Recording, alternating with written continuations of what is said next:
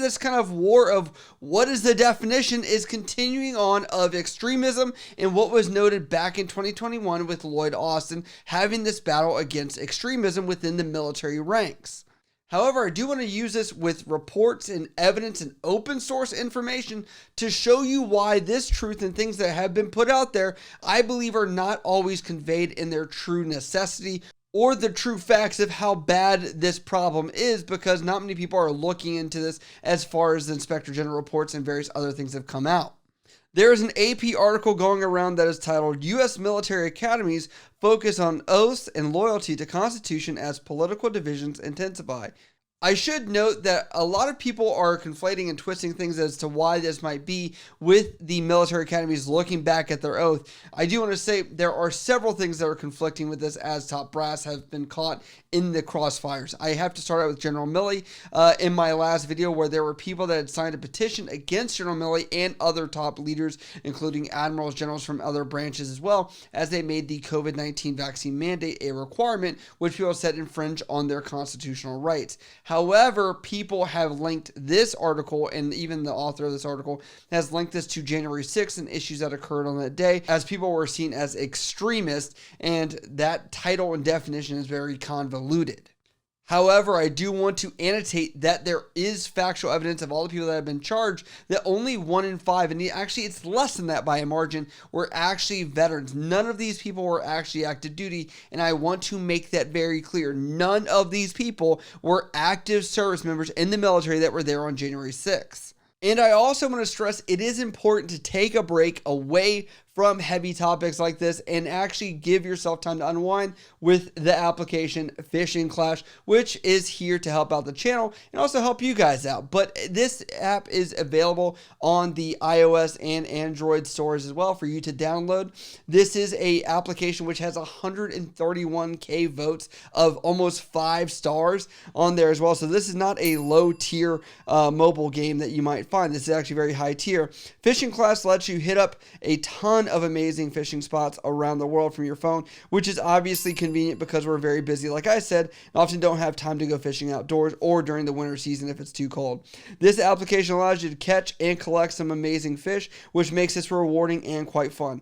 It's pretty cool because you can't compete against your friends or complete some fun weekly challenges. This will allow you to hone your skills and upgrade equipment through the game. Just like in real life, you can update your rods, lures, reels, and unlock cool new fishing spots as well. So help support the channel and download Fishing Clash for your mobile device via the link below or scan the QR code on the screen. If you use the code NickyMGTV in the mobile app, you can unlock some amazing features. Happy fishing. Let's get back to the video. I said there was 1 in 5, about 20%. Secretary of Defense then does a extremism stand down, which has training that was kind of obscure and vague, but required everybody to complete this to revitalize their oath to the Constitution. I've actually shown here on the screen some of the stuff from the DoD website, which has every bit of that as far as the training that was conducted on the year 2021 for everybody. And as you can see here, it says meaning of the oath of office, oath of enlistment, and kind of just reiterates what our purpose is here in the military. I'm not going to bore you with that.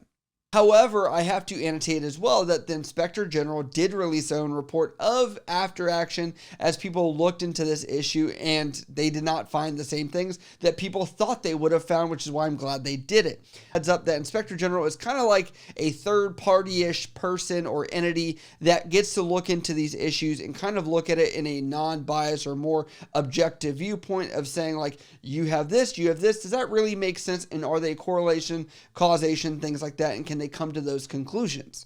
The background they give in their report says 2 recently discharged service members linked to violent extremist groups were charged with plotting to kidnap the governor of Michigan. In addition, the DoD has received 6 congressional inquiries since February 2019 regarding the DoD's policy on prohibited activities, especially extremist and supremacist activities in the armed forces. Now, I do want to break down some of the findings from the DoD Inspector General report as well, because those are important. Their findings show that the DoD instruction prohibits active advocacy of extremist ideology and active participation in extremist organizations. However, DoD instruction was last updated on February 22, 2012 and does not have sufficiently detailed and easily understood definitions of extremism-related terminology, including the terms extremist, extremism, active advocacy, and active participation.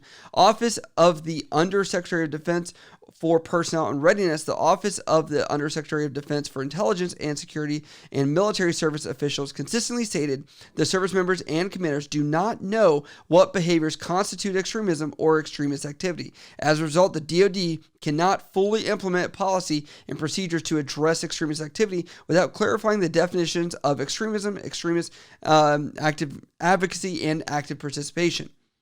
As we also found that the DoD collects data through a variety of processes to track extremist-related activities within the armed forces. However, these processes are not interconnected. As a result, the DoD is not able to accurately collect and analyze service-level data and develop a DoD-wide understanding of extremist-related activity within the armed forces. In addition, senior officials cannot determine the full extent of extremist activity to adequately address the issue within the armed forces. The whole stand down was kind of like a waste of time here. And they're saying, like, you weren't even able to identify what it was, so how did you teach anybody what it convolutes this entire thing, and we'll get to that. Also, it shows you that for the reporting, they do show that there were so many reports that were sent up, but the level of those that were even actually adequate or held any value is pretty much zero, because the fact that this was in place and there was no true definition of this. And I'm going to call 2023, 2022 probably the year of definitions, because that's what we're running into. Where does this definition apply to this versus that? And how fair or how weighted are those? Because that is the nuance that we are getting into. Their recommendations on this report say, we recommend that under the Secretary of Defense for Personnel and Readiness, in coordination with the Department of Defense Office of General Counsel, update that DoD instruction to clarify the meanings of terms related to extremism and extremist activity. In addition, we recommend that the secretaries of the military departments review their extremist-related policies, procedures, and training materials to ensure conformity with the revised version of the DoD instruction. And they say, we also recommend that under Secretary of Defense for Intelligence and Security, in coordination with Undersecretary of Defense for Personnel Readiness and the secretaries of the military departments, develop and publish standardized policies, processes, and tracking mechanisms to enable the DoD to identify, quantify, characterize, and report service members' involvement across the services and prohibited activities that include active advocacy of and active participation in extremist groups and activities. According to Undersecretary of Defense for Personnel Readiness officials, during our evaluation, the Undersecretary of Defense for Personnel Readiness drafted implementation policy and coordinated the draft policy with the services for their review and feedback. Therefore, the recommendation is unresolved and remains open pending issuance of the implementation policy. So they're going to update the instruction. They're going to divide and conquer, try and update for each kind of branch there. They've put some kind of interim thing out there that's not officially done, so it's unresolved. So where are we right now? What guidance does this have? And that's why I want to look at this article talking about the Constitution being driven even further, because they're showing from instances like this and from January 6th and things like that, that this is now even deeper of an issue that still needs to be pressed forward. The AP article emphasizes some of the issues that are being addressed over at West Point, and it says the emphasis for the next generation of military officers that their loyalty must be focused on the nation's democratic underpinnings rather than on any individual is a reflection of how the armed forces are being forced to deal with America's deep political polarization at a time when trust in traditional institutions is eroding. And when people discuss the institutional eroding, I want to discuss with you guys, where do you think that is and why is that? Because I think some of this is being pinned on the military. I'll discuss my assessment of this later in the video. They say with cadets and midshipmen drawn from across the United States, students at West Point and other service academies are aware of the national mood and the potential for political divisions to seep into the military. They encounter an array of classes on the Constitution and in some cases a history of the civilian-military relationship. Each graduate who is commissioned takes multiple oaths at school and during their service. Milley emphasized the significance of the oaths in his retirement address last fall, appearing to take aim at Trump. And he said, "We don't take an oath to a king or queen or to a tyrant or dictator. We don't take an oath to a wannabe dictator," he said. When the students examined the 3 oaths that they had sworn to, Miller said that they realized they had not been educated about them. A line-by-line breakdown. What does it mean? What are you really swearing your allegiance to, essentially? The group suggested more emphasis on the history and purpose of their oaths and also what you are actually swearing your allegiance to, he said.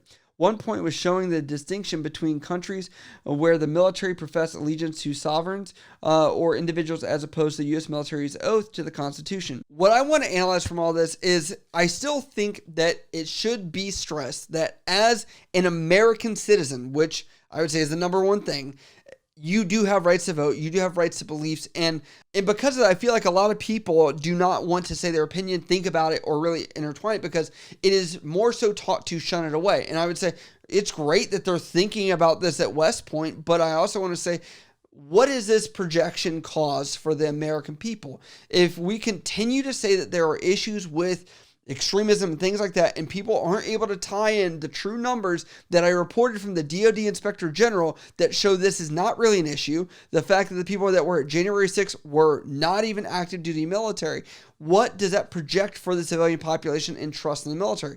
Most people would say, oh, I think there's probably an issue in the military with a bunch of people that should not be in there that are protecting us. And that could create distrust as well. That is my assessment of this, where I think if people are not fully aware of this, that is what they're going to see, and that's what they're going to believe, and that's not fair to the millions of people that are actually in the military that have no connection with anything extremist or whatever else, and everything. I would say I think that should be annotated in the training going forward of like, we understand we messed up in the initial training. We got feedback about that training. We now know what to talk about and what things we need to stress in order to educate soldiers about it. Because if not, this is all hypothetical. If you can't actually define something, that's why I say this is the year of definitions from 2022, 2023, and now rolling into 2024. But as we move forward with this is where the discussion continues to where I believe you guys down in the comments will discuss this further and actually progress that conversation a little bit further. I also have to give a huge shout out to Fishing Clash that sponsored this video. Like I said previously in the video, make sure you guys hit that link down in the description or down in the comments below, and you guys can check it out or scan on the cue card here. If you guys like what I cover on this channel, hit me up over on Instagram, Snapchat, Twitter, TikTok, or down in the comments below. I love you guys. I'll see you next time.